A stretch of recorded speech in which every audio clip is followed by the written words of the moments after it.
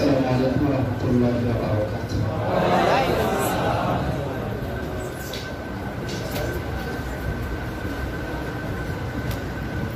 الحمد لله على كل حال والصلاة والسلام على رسول الله أما بعد. جبان করে পড়েন আউযু বিল্লাহি মিনাশ শাইতানির রাজিম। বিসমিল্লাহির রাহমানির রাহিম।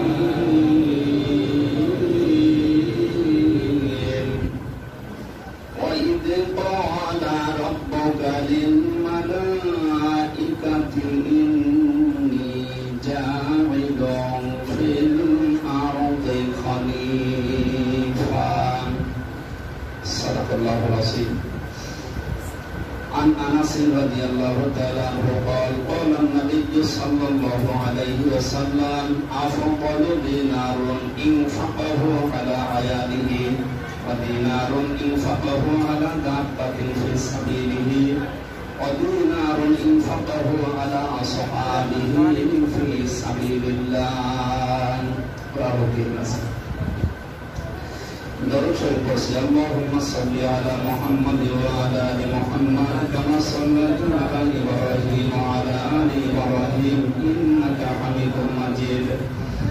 اللهم بارك على محمد وعلى آل محمد كما باركت على إبراهيم وعلى آل إبراهيم إنك حميد مجيد.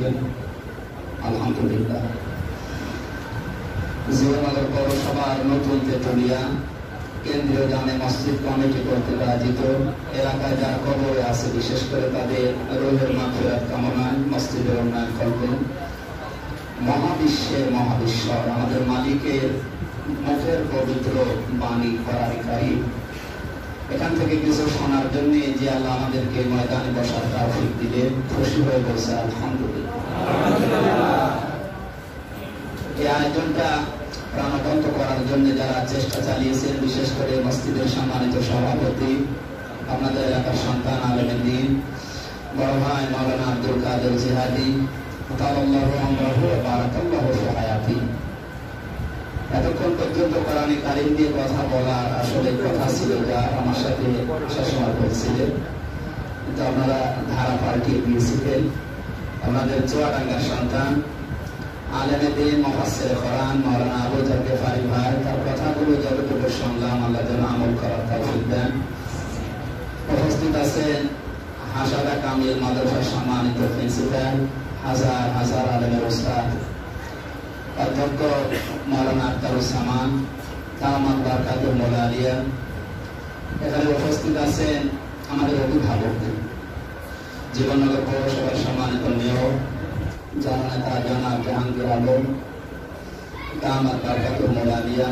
কথা বলেছেন আপনাদের এলাকার গণ্যমান্য ব্যক্তিবর্গ বিশেষ করে রফিকুল ইসলাম, এরপরে এই যে সন্ধ্যা ভাই নাকি যেন সম্মানিত সেক্রেটারি মসজিদের মাহতাবুদ্দিন জন্য, এরপরে আমরা জানা সম্মানিত ব্যক্তিবর্গ শাহজাহান ভাই আছে, আরো যারা মেয়র পদপ্রার্থী হযরত আলী ভাই সহ যে সমস্ত মানুষের দ্বারা আল্লাহ তার বান্দাদের খেদমত করাতে চান ওই রকম একজন মানুষকে যেন আল্লাহ প্রতিনিধি হিসাবে আমাদেরকে আবার ফিরিয়ে দেন।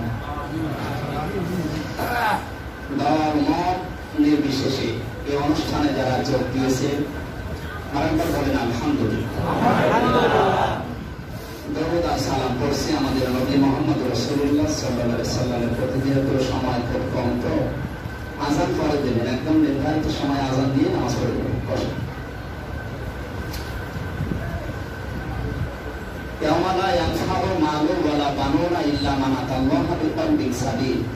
আল্লাহ তাআলা বলেন কিয়ামতের দিন সন্তানাদি সম্পদাদি কোনো কাজে আসবে না, এমনকি প্রত্যেকটি মানুষ এবং নবী পর্যন্ত সবাই শুধু বলবেই আনাফসি যে আমার কি হবে। সারা ময়দানে একটাই আওয়াজ হবে যে আমার কি হবে, আর কোনো আওয়াজ পাবে কোনো আওয়াজ পাবে না। জালিলুল কদর নবী যে সমস্ত আমরা জানি যাদের নাম হযরত ঈসা আলাইহিস সালাম রূহুল্লাহ বলা হয় তাকে, এত বড় পাওয়ারফুল নবী পর্যন্ত বলবে আল্লাহ তুমি আমার মা মরিয়মের সাথে কি করবে আমি এটা জানি না, ওটা আমার বলারও দরকার নেই, আমি ওনার সম্পর্কে কিছু বলতেও চাই না, তুমি অন্তত আমারে বাঁচাও।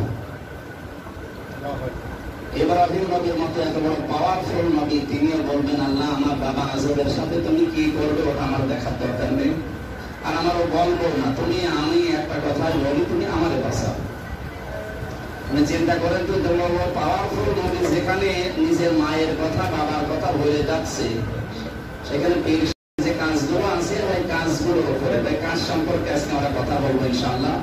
আল্লাহ যেন ধৈর্য ধারণ করে অন্তত এই 45 মিনিট কথা শোনার তৌফিক দেন, জোরে বলেন আমিন।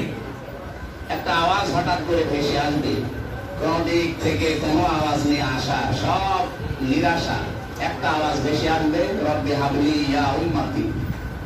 সবাই তাকিয়ে দেখবে কি আওয়াজ আসে কোত্থেকে, হঠাৎ করে দেখবে বিশ্বনবী মুহাম্মদ রাসূলুল্লাহ এই আওয়াজ দিচ্ছে যে আল্লাহ তুমি আমার উম্মতকে বাঁচাও।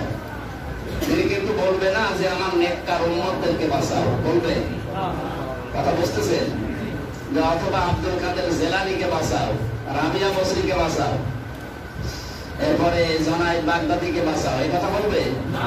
শুধু বলবে রব্বি হাবলি ইয়া উম্মতি, আমার উম্মতকে বাঁচাও। আমার প্রশ্ন এই, আমরা এখন নবীজির উম্মত আছি কিনা? কথা বুঝতেছে? আমরা নবীর উম্মত যদি হতে না পারি, ওই সময় নবী যখন বলবে রব্বি হাবলি ইয়া উম্মতি, আমার উম্মতকে বাঁচাও, সঙ্গে সঙ্গে সামনে পর্দা পড়ে যাবে। কি পড়বে? নবীজি বলবেন হে আল্লাহ এগুলো আমার উম্মত, পর্দা দিলে আওয়াজ আসবে, হ্যাঁ তোমার উম্মত ঠিক আছে। কিন্তু দুনিয়া থেকে তুমি বিদায় নেওয়ার পরে এরা তোমার রেখে আসা ইসলামকে উলট পালট করে মন মতো সাজিয়েছিল, যেটা সবচেয়ে বেশি চলছে বাংলাদেশে। এদেশে আসল ইসলাম আছে? কথা বলে না কেন? আমার তো যতটুকু ধারণা, যা দেখতে পাচ্ছি অধিকাংশ গুলো বানানো ইসলাম, আসল ইসলাম নেই। আসল ইসলামের আয়াত আজকে পড়েছি, আপনি সঠিকভাবে কোরআন বোঝার জন্য একটু মন দিয়ে এদিকে খাটান, কিছু না কিছু আজকে নিয়ে যেতে পারবেন ইনশাআল্লাহ। আল্লাহ যেন আমাদেরকে কিছু আজকে নিয়ে যাওয়ার তৌফিক দেন, সকলে বলেন আমিন। শুধুমাত্র যখন শুনি ওয়াইলুল লিল মুশরিকিন, ওয়াইলুল লিল মুশরিকিন, সূরা আমিন শব্দ 6 নম্বর আয়াতের শেষের দিকে আছে, ওয়াইলুল লিল মুশরিকিন মানে কি? মুশরিক যারা আছে তারা ধ্বংস হয়ে যাক। ওয়াইলুল শব্দের শাব্দিক অর্থ ধ্বংস হওয়া, নিপাত যাওয়া, অথবা ওয়াইল মানে তেল, নাকি? ওয়াইল মানে কি? না, ওয়াইল মানে জাহান্নামের একটা নাম, এটা জাহান্নামের একটা স্থানের নাম, এটা নিকৃষ্ট জায়গা।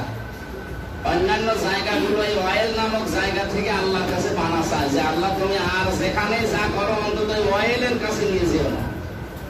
নবীজি বলেন ওয়াইল দোজখ কি জানো? এটা জাহান্নামের উপর থেকে যদি একটা পাথর কেউ ফেলে দেয় 70,000 বছর সময় লাগবে নিচে যেতে। নবীজি নাম বললেন পাথরের। কিসের? আপনি কি ঘুমান? কিসের নাম বললেন?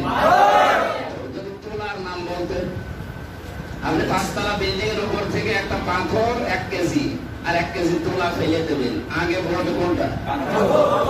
ওজন আছে, কি আছে? নবীজি কিন্তু তোলার নাম বলেননি, পাথরের নাম বললেন। পাথর পড়তে যদি 70,000 বছর লাগে, তাই আমির হামজা পড়তে কত সময় লাগবে? এর নাম ওয়াইল। এর নাম কি? ওয়াইল দোজখ। মুশরিকদের ব্যাপারে যখন এই কথাগুলো শুনি আমাদের চিন্তা ভাবনা হয় যে যাক মুশরিকরা জাহান্নামের ওয়াইল যাবে কি, কোথায় যাবে দেখার দরকার নেই, যাক। কিন্তু এই ওয়াইলুল শব্দ দিয়ে আরো কথা আছে, ওয়াইলুল লিল মুশরিকিন যেমন আছে, ওয়াইলুল লিল মুতাফফিফিন আছে। ওয়াইলুল লিল মুতাফফিফিন নাই? ওয়াইলুল লিল মুতাফফিফিন মানে কি? আল্লাহ বলেন ধ্বংস হয়ে যাক, নিপাত যাক, নিঃশেষ হয়ে যাক, আক্ষেপ আফসোস ওদের জন্য যারা দোকানদারি করে। আল্লাযীনা ইযা ক্তালু আলান নাসি ইস্তাওফুন, নেওয়ার সময় বেশি নেয় আর দেওয়ার সময় কম দেয়। এই আয়াত শুনে অন্তত আমরা যারা দোকানদারি করি না আমাদের কোনো চিন্তা নেই, নাকি?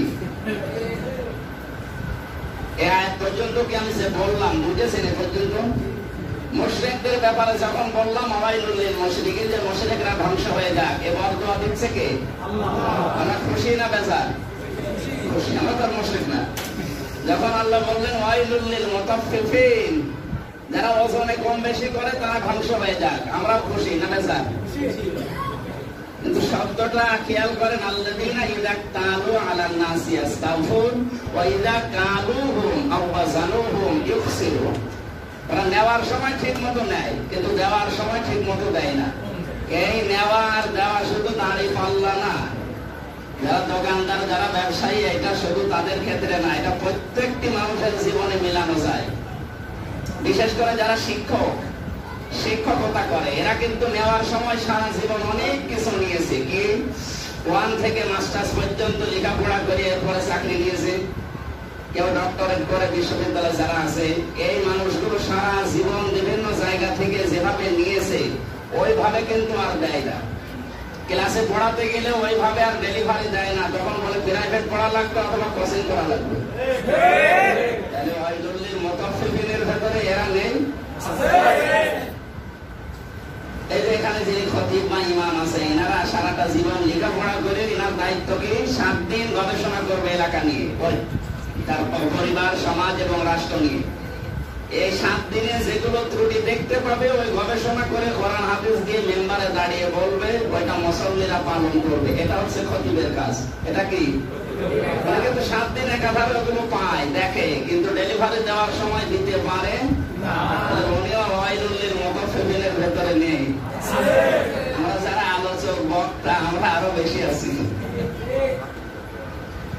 যারা রাজনীতি করে, ভোট নেওয়ার আগে যে সমস্ত কথাগুলো বলে মানুষের কাছে নেয়, এটা দেওয়ার সময় কি ভোটের ওই দাবি ঠিক রাখে? ওনারাও তো ভুলে যাচ্ছে। খালি ওই দোকানদারদের নাম শুনে এতক্ষণ ভালো লাগছে, দোকানদাররা মরে মরুক, এখন তো আমরাও ঝামেলায় আছি। আল্লাহ তো এই যে আয়াত দিয়ে যেটা বোঝাতে চাচ্ছে, আল্লাহ যেন বোঝার তৌফিক দেন।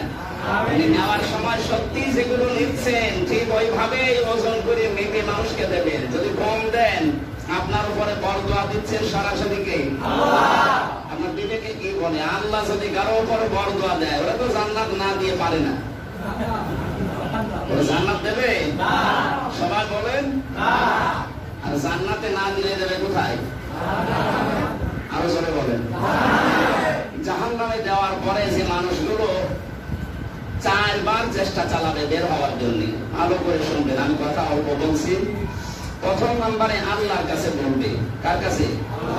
এই যে মুশরিক বলেন, এরপরে দোকানদার, মাস্টার, খতিব, ইমাম, মেয়র, যাই বলেন, যারা রাজনীতি করছে, সব ধরনের লোকের ভেতরে আছে। এই মানুষগুলো প্রথমে বলবে, রব্বানা আখরিজনা মিনহা। আমি প্রথম রাকাতে আয়াতগুলো পড়েছিলাম, রব্বানা আখরিজনা মিনহা ফাইন উদনা ফাইন্না যালিমুন ক্বালা ইখসাউ ফিহা ওয়া লা তুকাল্লিমুন। সূরা মুমিনুনের 107 এবং 8 নম্বর আয়াত। আল্লাহর কাছে বলবে, রব্বুল আলামিন আমাদেরকে এই জাহান্নাম থেকে বের করে দাও।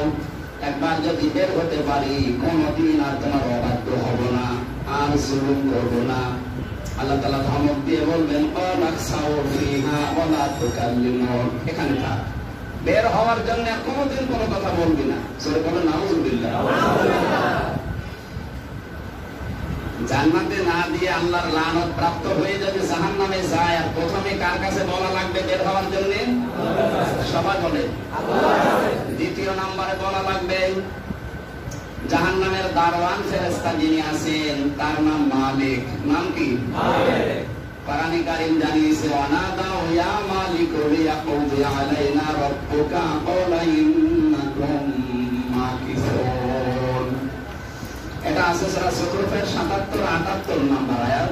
আল্লাহ তাআলা বলেন, মালিক ফেরেশতাকে ডাক দিয়ে বলবে, মালিক যে ফয়সালা আমাদের উপরে হয়ে গেছে, আল্লাহকে বলেন কিসসা যেন খতম করে দেয়। কিসসা খতম বলে না, মানে আমাদের যা সহ্য করার মতো না, যা করার একবারে সিদ্ধান্ত নিয়ে ফেলে। সঙ্গে সঙ্গে মালিক বলবে, ক্বালা ইন্নাকুম মাকিসুন। না, বলার মতো আর কোনো মুখ আমার নেই, চিরকালে জাহান্নামে থাকা লাগবে। 3 নম্বরে ওরা নিরাশ হয়ে তখন চেষ্টা চালাবে, দেখি যারা রক্ষী আছে, আরো জাহান্নাম পাহারা দেওয়ার জন্য যারা রক্ষী আছে তাদের কাছে এবার ধারণা দেবে, ওয়াকাল্লাযীনা ফিন-নারি লিখাযানাতি জাহান্নামা দুউ রাব্বাকুম ইউখাফফিফ আন্না ইয়াওমান মিনাল আযাব। এত শাস্তি আল্লাহ জাহান্নামী মানুষকে দেবে, শেষ পর্যন্ত রক্ষীদেরকে বলবে, এটা সূরা মুমিনে 49 নম্বর আয়াতে আছে, ডাক দিয়ে বলবে জাহান্নামের রক্ষীরা, আল্লাহর কাছে একটু বলেন যে ইউখাফফিফ আন্না ইয়াওমান মিনাল আযাব, তারা যেন অন্তত আমাদের আল্লাহ একটা দিনের আযাব যেন কম করে দেয়। সারা জীবন আমরা জাহান্নাম থেকে বের হওয়ার কথা বলছিলাম, অন্তত একটা দিন যেন আযাব আমাদের না দেয়। আপনি টের পাচ্ছেন যে কি আযাব দিলে শুধু একদিনও বাঁচার জন্য একটু চেষ্টা চালাবে। অবশ্যই আজ করতে পেরেছেন। সর্বশেষ 4 নাম্বারে ওরা বলবে, যখন ওদের কাছে পাত্তা পাবে না, এবার জান্নাতে যারা আছে তাদের কাছে ধর্ণা দিয়ে বলবে, ওয়ানাদা আসহাবুন নার আসহাবাল জান্নাতি আফিদু আলাইনা মিনাল মা ক্বালু ইন্নাল্লাহা হাররামাহুমা আলাল কাফিরিন। ওরা বলবে, তোমরা জান্নাতে যারা আছো ওই যেগুলো ফেলে দাও, খাবারের উচ্ছিষ্ট, অন্তত ওইগুলো আমাদেরকে কিছু দাও। জান্নাত থেকে যখন আওয়াজ দেওয়া হবে না, ক্বালু ইন্নাল্লাহা হাররামাহুমা আলাল কাফিরিন, জান্নাতের খাবার যারা জাহান্নামী মানুষ তাদের জন্য আল্লাহ হারাম করে দিয়েছে। সম্মানিত ভাইরা, এই আয়াতগুলো শোনার পরে আমার যতটুকু মনে হচ্ছে, এটা সূরা আরাফের 50 নম্বর আয়াতে আছে। এই আয়াতের সাথে রিলেটেড একটা আয়াত যারা পড়াশোনা করেন, সূরা আনামের 27 নম্বর আয়াতটা ব্যাখ্যা সহ দেখবেন, আপনি এখান থেকে কোনো তথ্য পাবেন ইনশাআল্লাহ। আমি বোঝাচ্ছিলাম যে মুশরিকদের কথা শুনে আমরা আনন্দ পাই, জাহান্নামে গেলে অসুবিধা নেই। দোকানদারদের কথা শুনলেও আনন্দ পাচ্ছিলাম, কিন্তু এখন তো আমরাও এর ভেতরে যারা পড়ে যাচ্ছি। জাহান্নামে যাওয়ার পরে প্রথমে আল্লাহকে, এরপরে মালিক ফেরেশতাকে, এরপরে রক্ষীদেরকে, এরপরে জান্নাতি মানুষদেরকে, কারো কাছে বলে কিছু হচ্ছে বলেন? এরকম জীবন যদি নিয়ে যান যে আপনি 50 বছর না 50,000 বছর হায়াত পেয়ে কি পৃথিবীতে আপনি 50,000 বছর হায়াত পেলেন আর জাহান্নামে গেলেন, আপনার 50,000 বছর পোড়া দেখানো বলেন না কেন? আল্লাহ যেন এরকম ব্যর্থ জীবন আমাদেরকে না দান করে, জোরে বলেন আমিন। সূরা বাকারার 30 নাম্বার একটা মাত্র আয়াতের 4 ভাগের 1 ভাগ পড়েছিলাম। বিশ্বনবীর লক্ষ লক্ষ হাদিস থেকে একটা হাদিসের টুকরা পড়েছিলাম, দেখি কত দূর যাওয়া যায়। আল্লাহ তাআলা বলেন, ওয়াইদ ক্বালা রাব্বুকা লিল মালাইকাতি ইন্নী জাইলুন ফিল আরদি খলিফা। একটু খেয়াল করে শুনবেন। কোরআনের কথা যে অ্যাক্টিভ হয়ে যত বেশি শুনতে পারবে, কোরআন তাকে তত তাড়াতাড়ি হেদায়েতের পথ দেখাবে। সুবহানাল্লাহ। সেই ক্ষমতা কোরআনের আছে না নেই? আছে। আছে যে এটা করবে, এটা কোরআনে আছে। যালিকাল কিতাবু লা রাইবা ফিহি, এখানে কিতাবের আগে আলিফ লাম আছে। কি আছে? আলিফ লাম। আলিফ লামটা কেন দিয়েছে? এই আলিফ লাম দেওয়ার কারণ হচ্ছে, আলিফ লাম হলো 4 প্রকার। এখানে যে আলিফ লাম দিয়ে আল্লাহ রাব্বুল আলামিন কিতাবের আগে জানিয়েছেন যে এই একটাই মাত্র কিতাব পৃথিবীতে আছে যার ভেতরে কোনো সন্দেহ নেই এবং মানুষকে হেদায়েত দিতে পারে। আমার কথা বোঝেননি? মানুষকে হেদায়েত দিতে পারে এরকম কোন কিতাব এখন আর পৃথিবীতে নেই, শুধুমাত্র কি ছাড়া? সবাই বলেন। এই আয়াতের ব্যাখ্যায় হাদিস এসেছে, মানিত্তাবাআল হুদা বিগাইরিল কুরআন আযাল্লাহুল্লাহ। তিরমিজির হাদিস, নবীজি বলেন, পৃথিবীতে কোরআন বাদ দিয়ে যদি হেদায়েত পাওয়ার জন্য কোনো মানুষ কোনো জায়গায় যায়, তার মন যদিও ভালো থাকে, আল্লাহ নিজে তাকে দায়িত্ব নিয়ে গোমরা বানিয়ে দেন। আরে কি কিছু টের পাননি নাকি? কি বললাম, কিছু টের পেয়েছে? শব্দটা ছিল আদাল্লাহ।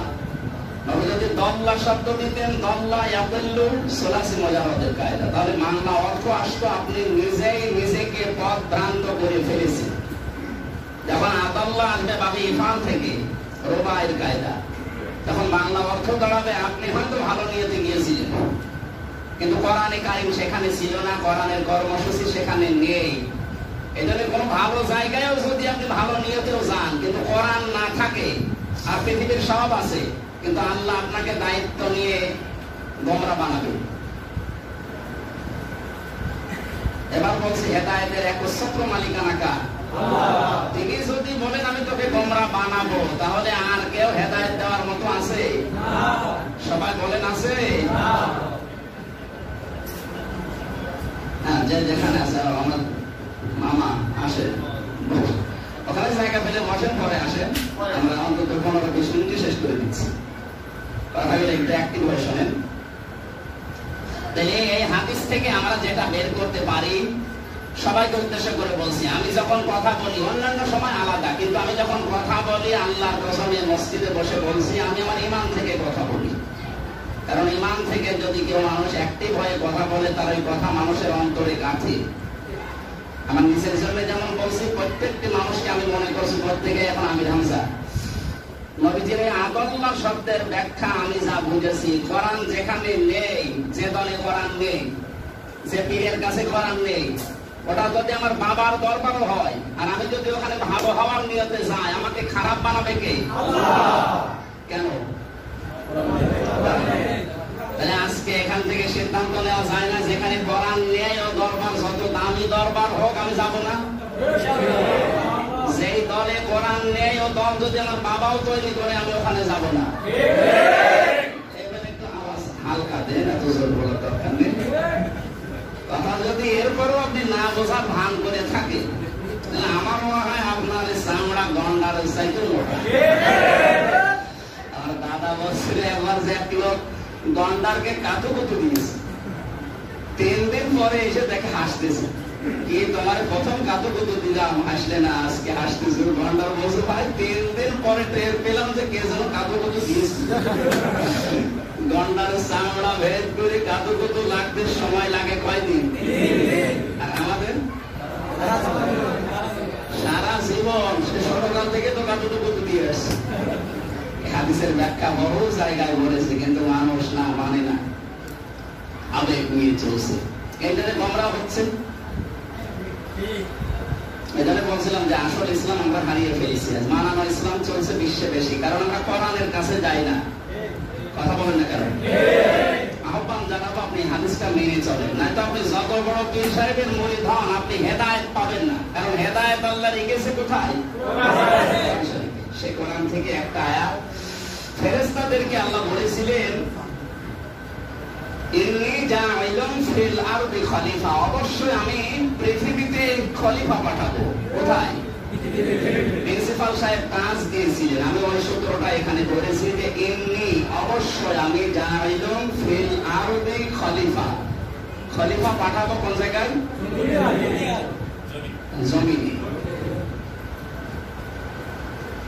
জমিনের খলিফা করে আল্লাহ আমাদেরকে পাঠিয়েছেন। বাংলাদেশে এখন জমিনের খলিফা কিন্তু নেই, কেউ দরবারের খলিফা, কেউ খানকার খলিফা, এমনকি কাপড় চোপড় সেলাই করে ও খলিফা, চোখ কেটে দেয় গোষ্ঠী আয় নাপিত বলে না, ওদেরও খলিফা বলে।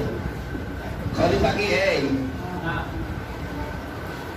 আপনাকে খলিফার দায়িত্ব পালন করতে হলে জমিনে আসা লাগবে। কোথায়? সঙ্গে সঙ্গে ফেরেশতারা প্রতিবাদ করে জানিয়েছে, ক্বালু আতাজালু ফিহা মা ইফসিদু ফিহা ওয়া ইয়াসফিকু দিমা, হে আল্লাহ তুমি কি এমন জাতি তৈরি করতে যাচ্ছ যারা পৃথিবীতে বিশৃঙ্খলা তৈরি করবে, রক্তপাত করবে? ওয়া নাহানু নুসাব্বিহু বিহামদিকা ওয়া নুকদ্দিসু লাক, তোমার প্রশংসা করার জন্য, তোমার গুণকীর্তন করার জন্য তোমার জিকির আজকার লাগবে, এটা তো আমরা আছি। শব্দের দিকে খেয়াল করে ভাই। বলা ইন্নী আ'লামু মা লা তা'লামুন, আল্লাহ তাআলা বলেন ফেরেশতারা তোমরা যেটা বললে আমি যেটা জানি তোমরা ওইটা জানো না। এবার আসেন তো শব্দটা একটু মিলাই। ফেরেশতারা আল্লাহর কথা শোনার পরে আমাদের তৈরি করতে পক্ষে ছিলেন না বিপক্ষে? কেন? ফেরেশতাদের সাথে আমাদের জমি নিয়ে মারামারি আছে? এর সাথে তো এর আগে পরিচয় ছিল, নিষেধ করে কেন? আর ফেরেশতারা আল্লাহর এই কাজ করতে বাধা দেবে এই নিয়তে কি বাধা দিচ্ছে? বলেন না। 3 নম্বরে বলেছিল আল্লাহ জিকির আজকাল যদি তোমার লাগে, তোমার প্রশংসা করা লাগে, তোমার তাসবিহ তাহলিল লাগে, তো আমরা তো আছি। তার মানে আল্লাহ যখন জবাব দিলেন আমি যা জানি তোমরা জানো না, তার মানে তোমরা যে মনে করো যে জিকির আজকাল করার জন্য আমি মানুষ বানাবো না, জিকিরের জন্য আমার মানুষ দরকার না, আমার দরকার হচ্ছে জমিনের খেলাফতি করার জন্য। আর এই জন্যই পৃথিবীর যত নবীকে আল্লাহ পাঠিয়েছিলেন সব নবী ছিল খেলাফতের দায়িত্ব পালনে 1 নম্বরে। হযরত দাউদকে আল্লাহ কিসের জন্য পাঠিয়েছিলেন? ইয়া দাউদ ইন্না জাআলনাকা খলিফাতান ফিল আরদ ফাহকুম বাইনান নাসি বিল হক, এটা সূরা সাদ আছে, সূরা সাদের 26 নম্বর আয়াত। আল্লাহ তাআলা বলেন, হে দাউদ, অবশ্যই আমি তোমাকে জমিনের খেলাফতি দিয়ে পাঠালাম। কি করবে তুমি জমিনের খেলাফতির দায়িত্ব নিয়ে? ফাহকুম বাইনান নাস বিল হক, মানুষের মাঝে বিচার আচার করা লাগবে ন্যায় সঙ্গতভাবে। খলিফার 1 নম্বর দায়িত্ব কি পেলাম? ন্যায় বিচার কায়েম করা আসমানে, বাইনান নাস, মানুষের ভেতরে। এখন আপনি যদি মনে করেন না আমি খানকার খলিফা, আমি দরবারের খলিফা, আমি মসজিদের দায়িত্বে আছি, আমি মাদ্রাসায় আছি, যাক আমার দায়িত্ব শেষ, হবে না। আপনাকে আসা লাগবে জমিনে। আর এই জমিনে আপনি খেলাফতের দায়িত্ব মানুষের ভেতরে পালন করেন না, এই কারণে তো আজ গণধর্ষণ বেড়ে গেছে। আমরা যদি সত্যি পালন করতে পারতাম, আল্লাহ আপনাকে খানকায় পাঠাইনি। আল্লাহ যদি বলতেন ইন্নী জাইলুন ফিল খানকা খলিফা, ইন্নী জাইলুন ফিল মাদারিসি খলিফা, ইন্নী জাইলুন ফিল মসজিদি খলিফা, মাসাজিদি খলিফা, এরকম কিছু দিলে আপনি যেখানে যে দায়িত্ব পালন করছেন আপনার দায়িত্ব শেষ হয়ে যেত। আল্লাহ ফিল আরদি দিয়ে ঝামেলা ফেলেছে আমাদের। তাহলে আমাদের দায়িত্ব পালন করা লাগবে কি খানকায়, মসজিদে, মাদ্রাসায়, জমিনে খেলাফতের দায়িত্ব পালন করতে হলে অবশ্যই আপনাকে যোগ্যতা অর্জন করা লাগবে। গত কয়েকদিন আগে, এটা আলমডাঙ্গায়, মনে হয় আলমডাঙ্গায় 4-5 দিন আগে একটা অনুষ্ঠানে বলেছিলাম যে আসলে আমাদের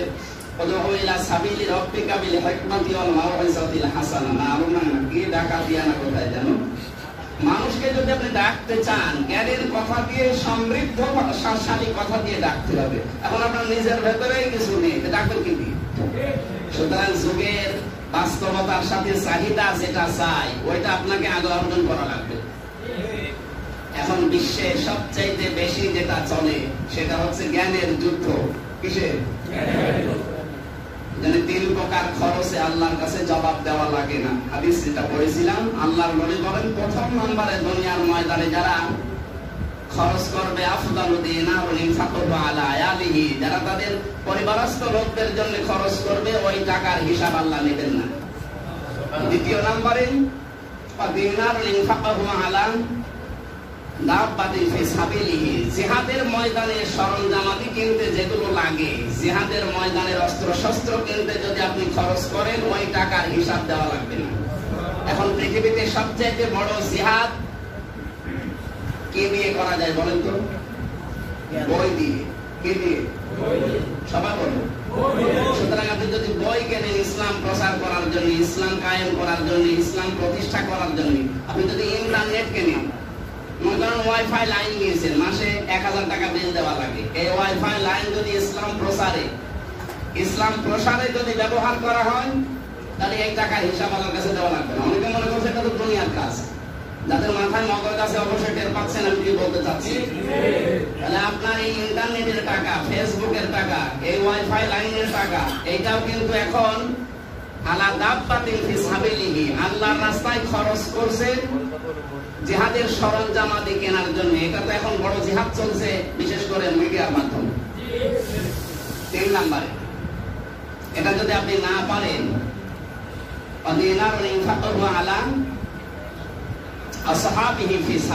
যারা জিহাদের ময়দানে কাজ করে, অন্তত এই সমস্ত মানুষের পেছনে যদি আপনার টাকা পয়সা খরচ হয়, ওই টাকার হিসাব দেওয়া লাগবে না। আপনি যদি এখন মনে করেন জিহাদের ময়দান তো পৃথিবীতে এখন নেই, আমাদের দেশে অন্তত নেই, আমি খরচ করবো কোথায়? আল্লাহর দিনকে জমিনে টিকিয়ে রাখার জন্য, অন্যায়ের প্রতিবাদ করার জন্য যারা এগিয়ে আসে, আপনি যদি নিজে ইনভলভ হতে না পারেন, বেতন দরজা দিয়ে তাদের সাহায্য করেন, সময় দিয়ে, পরামর্শ দিয়ে, টাকা পয়সা দিয়ে, এগুলো দিলে এগুলোর হিসাব আল্লাহর কাছে দেওয়া লাগবে না। জোরে বলেন আমিন। এই ছোট্ট একটা হাদিসের টুকরা বলেছিলাম, এটা যেন মানার তৌফিক আল্লাহ আমাদেরকে দেন। তাহলে আল্লাহ আমাদের পাঠিয়েছিলেন কোথায়? আমরা কি জমিনে আছি? না, নেই। আমরা এখন কেউ খানকার দায়িত্বে আছি, দেখেন কেউ দরবারের দায়িত্ব নিয়ে বসে আছে, কেউ মাজারের দায়িত্ব নিয়ে বসে আছে। যে যেখানে আছে মনে করছে এটাই আমার আসল কাজ, জমিনে আমার যাওয়ার দরকার নেই। আপনাকে জমিনে আসা লাগবে, নয়তো এই জমিন কিন্তু দখল করে নেবে জালেমরা। আমরা নেই, এই জন্য তো জালেমরা 180 মাইল দিকে চালাচ্ছে। আমাদেরকে ফিরে আসা লাগবে জমিনে, যদি আপনি খেলাফতের দায়িত্ব সঠিকভাবে পালন করে আল্লাহর কাছে জবাব দিতে চান। এই অনুভূতি যখন হযরত ওমরের ভেতরে এসেছিল, তিনি তখন তার সন্তানকে পর্যন্ত ছাড় দেন দিয়েছিলেন। তার সন্তান হযরতে আবু শামা যৌবনের তাড়নায় বন্ধুদের পাল্লায় পড়ে মদ খেয়ে জেনা পর্যন্ত করেছিলেন। মেয়েটার মা এসে নালিশ দিয়েছে খলিফার কাছে যে আপনার সন্তান আমার মেয়ের ইজ্জত নষ্ট করেছে, আমি বিচার চাই ইজ্জতের। তিনি বললেন ঠিক আছে, আপনি রাজদরবারে আসেন, আমি আগে একটু পর্যবেক্ষণ করে দেখি। বাড়িতে গেলে দেখলেন খাবার খাচ্ছে ছেলে। ডাক দিয়ে বললেন আবু শামা তাড়াতাড়ি খাও। কেন? তোমার সাথে কিছু কথা আছে। খাবার খাওয়া শেষ করলেন, জিজ্ঞাসা করলেন এরকম একটা নালিশ তোমার নামে এসেছে, কথাটা কি সত্য? ছেলেও এরকম ডাক দিয়ে বললেন বাবা, আমি বন্ধুদের পাল্লায় পড়ে মদ খেয়ে মাতাল অবস্থায় এই কাজ করে ফেলেছি, আপনি দয়া করে আমার মাফ করে দেন। হযরত ওমর ডাক দিয়ে বললেন ছেলে, তুমি মাফ চাইলে আল্লাহর কাছে যাও, আবার মেয়েটার কাছে, আমার কাছে। আমি এখন কোরআনে কারিম আমার হাতে আছে, যে আয়াত আমার সামনে আসবে তোমার বিপক্ষে, ওইটা আমারে কায়েম করা লাগবে। স্ত্রীর সঙ্গে সঙ্গে এসে বলেছিল খলিফা এবারের মতো ছেলেটাকে মাফ করে দেন, আর ওই মেয়েটাকে অন্তত কিছু দিয়ে বিদায় করে দেন। আপনি যে খলিফা, উনিও খলিফা ছিলেন, তো মিলান তো আপনার ভেতরে হযরত ওমর এই খলিফার ভেতরে পার্থক্য কতখানি। তিনি ডাক দিয়ে বললেন স্ত্রী সন্তান হিসাবে তুমি যেমন ভালোবাসো আমিও ভালোবাসি, কিন্তু আমার সামনে আল্লাহর কোরআন, যদি এই বিচারটা দুনিয়াতে আমি করে দিতে পারি, কিয়ামতের দিন এই বিচার আল্লাহ ডবল করে করবে না। আমার এখান থেকে অনুভূতি আসে, আমাদের যিনি জননী, আমাদের যিনি দায়িত্বে আছে 16 কোটি মানুষের, তার কাছে আমরা এই 16 কোটি মানুষ ঠিক আবু শামার মতো সন্তান। আমরা যদি অন্তত ওরকম কিছু করে ফেলি, উনি যেন দুনিয়ার ময়দানে ইসলাম দিয়ে কোরআন দিয়ে বিচার করে দেয়, অন্তত কিয়ামতে যেন এই বিচার আল্লাহ ডবল করে করার আর সুযোগ না পায়। আমরা আমাদের জনগণের কাছে আহ্বান জানাতে পারি না? সুতরাং এমসি কলেজ সহ বেগমগঞ্জের এই নোয়াখালী বেগমগঞ্জের ঘটনা সহ যা হচ্ছে, আরো গোপনে বিভিন্ন জায়গায়, এগুলোর খবর নিয়ে অন্তত হযরত ওমরের ভূমিকায় খেলাফতের দায়িত্ব যেন আমাদের জননী পালন করতে পারে। আমরাও বাঁচবো, কারণ দুনিয়ার জীবন তো ফাইনাল না। এটা কি ফাইনাল? একটা জীবন আছে না? দুনিয়ার জীবনও শান্ত হবে, আল্লাহর বিধানও পালন হবে, কিয়ামতে এই বিচারের জন্য আর লজ্জিত হওয়া লাগবে না। আর যদি এখন ফাঁক ফকর দিয়ে বের হয়ে যান, আদালত কিন্তু আরেকটা আছে, আর ওখানে যে লজ্জা পাবেন ও লজ্জার আর শেষ নেই। এই জন্য হযরত ওমর বলেছিলেন আমার সন্তান দুনিয়া যাহা হোক, অন্তত আখিরাতে তার হাতটা ধরে যেন আমি জান্নাতে যেতে পারি। কাজী সাহেবকে ডাক দিয়ে বললেন কাজী, খলিফার ছেলে, এই জন্য যেন পক্ষপাতিত্ব করবা না। কাজীও এরকম ডাক দিলেন খলিফার ছেলে, আপনার না সাধারণ মানুষের ওটা আমার দেখার দরকার নেই, আমি তো বিচার করবো সূরা নূরের 2 নম্বর আয়াত দিয়ে। আসতে বলুন সুবহানাল্লাহ। আমি তো বিচার করবো সূরা নূরের 2 নম্বর আয়াত দিয়ে, আপনার ছেলে না সাধারণ মানুষের ছেলে, ওটা আমার দেখার দরকার নেই। আমার ততটুকু ধারণা, এরকম কাজী, এরকম বিচারপতি যদি বাংলাদেশের প্রত্যেকটি জেলাতে তৈরি হয়, এই দেশে কোনো অপরাধ করে কেউ অন্তত শান্তি পাবে না, যে অপরাধী হোক। কোরআনে কারিমে সূরা নূরের এই 2 নম্বর আয়াত দিয়ে বিচার করছিলেন আয-যানিয়াতু ওয়াজ-যানি, যেটা আমি দ্বিতীয় রাকাতে পড়েছিলাম, মনে আছে আপনাদের কিছু? আছে। আয-যানিয়াতু ওয়াজ-যানি ফাজলিদু কুল্লা ওয়াহিদিন মিনহুমা মিয়াতা জালদা। খেয়াল করেন শব্দের দিকে, মিয়াতা জালদা না মিয়াতা ওয়াজালদা? ও আছে না? নেই। কেন নেই? হযরত ওমর যখন বিচার দেখছিলেন, একটা একটা করে বাড়ি দেয় বিচারক, তার চামড়ার চাবুক দিয়ে 80টা হবার পরে ছেলেটা পা জড়িয়ে বলছে আজকের মতো আমারে ক্ষমা করেন। স্ত্রী এসে খলিফার কাছে বলেছে আজকের মতো ছেলেটাকে ছেড়ে দেন, বাকি বিচার আপনি কালকে করবেন, ও মারা যাবে। হযরত ওমর সঙ্গে সঙ্গে রাগ অগ্নিশর্মা হয়ে বললেন স্ত্রী, আজকে যদি আমি ছেড়ে দেই তাহলে কোরআনে কারিমে সূরা নূরের মিয়াতা এর মাঝে ওয়া লাগিয়ে দাও। এখানে আল্লাহ তো বিরতি দেয়নি, আমি বিরতি দেব, আমি আল্লাহর চাইতে কি দরদ উপর আমার বেশি। সুতরাং আল্লাহ যেহেতু বিরতি দেয়নি, আমারও বিরতি দেওয়ার কায়দা নেই। 80টা হয়েছে, চলতে থাক। কিন্তু মাসিটা মারার পরে দেখা যাচ্ছে আর জীবিত নেই, ও মারা গেছে। হযরত ওমর নিজে লাশটা ধোয়ালেন, কাফন পরিয়ে কবরে দিলেন, বিচারককে বললেন ডেটটা আমার হাতে দাও, বাকি আছে কয়টা? বলেন না কেন? তিনি হাতে নিয়ে কবরের উপরে বাকি 20টা আঘাত করলেন। বাড়িতে যে সন্তান যে বালিশে ঘুমায়, ওই বালিশটা হাতে নিয়ে বগলের ভেতরে নিয়ে এবার কাঁদতেছে বুকে নিয়ে। স্ত্রী বলে, খলিফা বারবার নিষেধ করেছিলাম, এরপর আপনি শোনেননি, এখন বালিশ নিয়ে কাঁদেন কোন কারণে? হযরত ওমর চোখের পানি ফেলে দিয়ে বললেন, স্ত্রী আমিও তো বাবা, আমারও মায়া আছে, কিন্তু এতক্ষণ যেটা করেছে ওটা আল্লাহর বিধান, আর এখন যেটা করছে এটা আমি বাবা হিসাবে যে কাজ করলাম কোরআন দিয়ে, আমার যতটুকু কোরআনের উপরে বিশ্বাস, কিয়ামতের দিন আল্লাহ এই বিচার আর আবুশ আমার উপরে ডবল করে করবে না। আমার বিশ্বাস হচ্ছে আল্লাহ তো ওকে মাফ করে দিয়েছে, কারণ বিচার আমি করে দিয়েছি ফাইনাল। আল্লাহ আমাকে যদি মাফ করে, কিয়ামতের দিন আমরা বাপ বেটা এই দুইজনই আল্লাহর জান্নাতে যেতে পারবো। আমাদের যারা দায়িত্বে আছে এই দেশের, এখন 1628 জন মানুষ আছে, এই মানুষগুলোর হযরত ওমরের ভূমিকা এখন পালন করা দরকার। সত্যিই বলে না আমি আল্লাহর পক্ষ থেকে ইন্নী জাইলুন ফিল আরদি খলিফা, এই শব্দের দায়িত্ব নিয়ে এসেছি, অবশ্যই এই দায়িত্ব পালন করলে সংসদে সূরা নূরের 2 নম্বর আয়াত কায়েম হবে। আর এটা কায়েম করলে কিভাবে করবেন? ওয়ালিয়াশহাদা আযাবাহুমা তাইফাতুম মিনাল মুমিনিন, আমার সূরা মাগরিবের দ্বিতীয় রাকাতের শেষ আয়াত ছিল এটা, ওয়ালিয়াশহাদ আযাবাহুমা তাইফাতুম মিনাল মুমিনিন। এই জেনা, এই ধর্ষণ, এই ব্যভিচারের শাস্তি গোপনে দিলে হবে না, মিডিয়ার সামনে জনসম্মুখে হাজার যুবতী হাজার যুবকের সামনে দাও, যেন একটা আযাব দেখে একটা শাস্তি দেখে আরো 100 জন ভালো হয়ে যায়। আমার যতটুকু আয়াতের উপর ঈমান আছে, আমার মনে হয় যে আতঙ্ক এখন আছে আমরা। একটা মেয়ে লোক যদি তার স্বামীর সাথে থাকার পরেও নিরাপদ না থাকে, ধর্ষণের শিকার হওয়া লাগে, আর কার কাছে থাকলে সে নিরাপদ? বলেন। একটা মেয়ে লোকের জন্য সবচেয়ে বড় নিরাপদ জায়গা তার স্বামী, একথা বলেন না? তার সাথে থেকে যদি সব হারিয়ে ফেলে, তার কার সাথে থাকলেও ঠিক থাকবে, এরকম একটা অবস্থা এখন পার করছি আমরা। 24 ঘন্টা আমার বউ নিয়ে আমি আতঙ্কে আছি। আমি হাসির করা, কিন্তু আপনি তো বাস্তবতা টের পাচ্ছেন না। এরকম কঠিন পরিস্থিতিতে অবশ্যই শান্তি ফিরিয়ে আনতে এই গলাবাজি করা, উল্টা পাল্টা মন্তব্য, কোনো কিছু কাজ হবে না। যারা আজ মন্তব্য করছে শাহবাগের চত্বরে দাঁড়িয়ে যে হুজুরদের ওয়াজ মাহফিল, তাফসীর মাহফিলে ধর্ষণের জন্য দায়ী, ওকে মানুষ না কলেরা?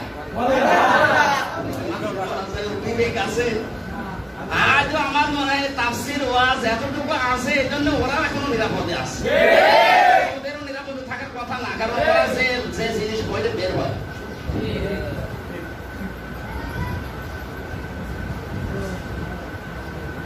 আর যাদের অন্তত মরণের চিন্তা নেই বা আল্লাহর কাছে জবাব দেওয়া লাগবে এই চিন্তা নেই, তাদের কাছে এই কথা বলা বলা না বলার সমান। ওদের একটাই ঔষধ মায়ের, মায়ের ছাড়া ওদের কোনো ঔষধ নেই, কারণ বুঝবে না। খাতামাল্লাহু আলা কুলুবিহিম ওয়া আলা সামিইহিম ওয়া আলা আবসারিহিম গিশাওয়া ওয়া লাহুম আযাবুন আযীম। আল্লাহ অন্তরে নহর মেরে দিয়েছে। তারপরে এত বড় প্রকাশ্য জিনিস দেখার পরও যাদের বিবেক খোলে না, ও মরণ ছাড়া মার ছাড়া কি দিয়ে করবে? বলে করবে না। ওদের কথা নাই, বাদ দিলাম। আপনার ভেতরে যেহেতু ঈমান আছে, ঈমানের ছিটা ফোঁটা আছে, আপনি তো আল্লাহকে কিছু দেখাবেন। এই জন্য আমরা জানি আমাদের সবচেয়ে বড় বড় দায়িত্বশীল প্রায় প্রত্যেকটাই হাজি, নামাজি, এমনকি তাহাজ্জুদের নামাজ পর্যন্ত পড়ে।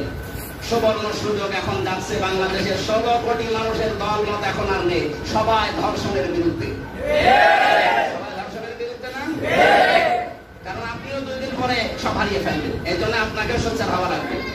এরকম একটা গরম এই হাওয়ায় আমাদের দায়িত্ব, আমরা আহ্বান জানাচ্ছি, যেহেতু এর পৌঁছাবে কিনা জানি না, আহ্বান জানাচ্ছি যে মানুষগুলো অন্তত দায়িত্বে আছে, তারা যেন সংসদে এই ধর্ষণের বিরুদ্ধে আইন পাশ করে কিয়ামত পর্যন্ত অন্তত বাংলাদেশে জিনা বন্ধ করে দেয়।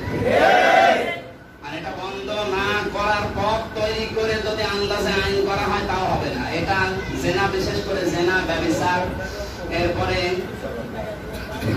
ধর্ষণ বলে আরো যা কিছু আছে সামাজিক অবক্ষয়, এগুলো বন্ধ করার জন্য আমি 7টা পয়েন্ট আহ্বান জানাবো যারা দায়িত্বে আছেন, এই এলাকায় যারা আছেন, এক নম্বরে এই আকাশটা কন্ট্রোল করা দরকার। এগুলো দায়িত্ব বড় যারা আছেন তাদের। আকাশ কন্ট্রোল করেন মালয়েশিয়ার মতো।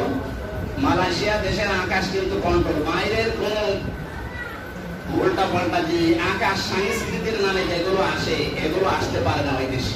আমাদের দেশটাও যদি এভাবে কন্ট্রোল করা হয়, আকাশটা সবচাইতে বড় নেকেট আমাদের পাশে যারা ইন্ডিয়া থেকে যেগুলো পিন আপ করা পত্রিকা, এরপরে এই যে সিরিয়াল গুলো, এই সিরিয়াল গুলো এইগুলো যদি আস্তে আস্তে আইন পাশ করার মাধ্যমে বন্ধ করা হয়, আস্তে আস্তে আমার মনে হয় এই জেনা, ব্যভিচার, ধর্ষণ এগুলো ওয়াজ করে নসিহত করে বন্ধ করা সম্ভব না। এটা খেলাফতের দায়িত্ব পালন করার মাধ্যমে সম্ভব। আমাদেরকে বাস্তবতায় অন্তত এই আয়াতটা যেন সাথে নিয়ে যেতে পারে, না তো আপনি কি মুখ দেখাবেন কি করে? দায়িত্বে যারা আছে তারা হযরত ওমরের ভূমিকা পালন করবে। আমরা যারা আছি আমরা আবু শামার মতো যদি ভুল করেও ফেলি, অন্তত দুনিয়ায় যেন বিচার করে দিয়ে কিয়ামতে আমাদেরকে বাঁচিয়ে দেন। এক কথা বলছেন না কেন? আমরা এটা চাই না? আমার কথা তো অবশ্যই আপনি বুঝে ফেলেছেন, আমি আর বিস্তারিত বলতে চাচ্ছি না। আমি বারাকাল্লাহু লানা ওয়া লাকুম ফিল কোরআনিল আযীম।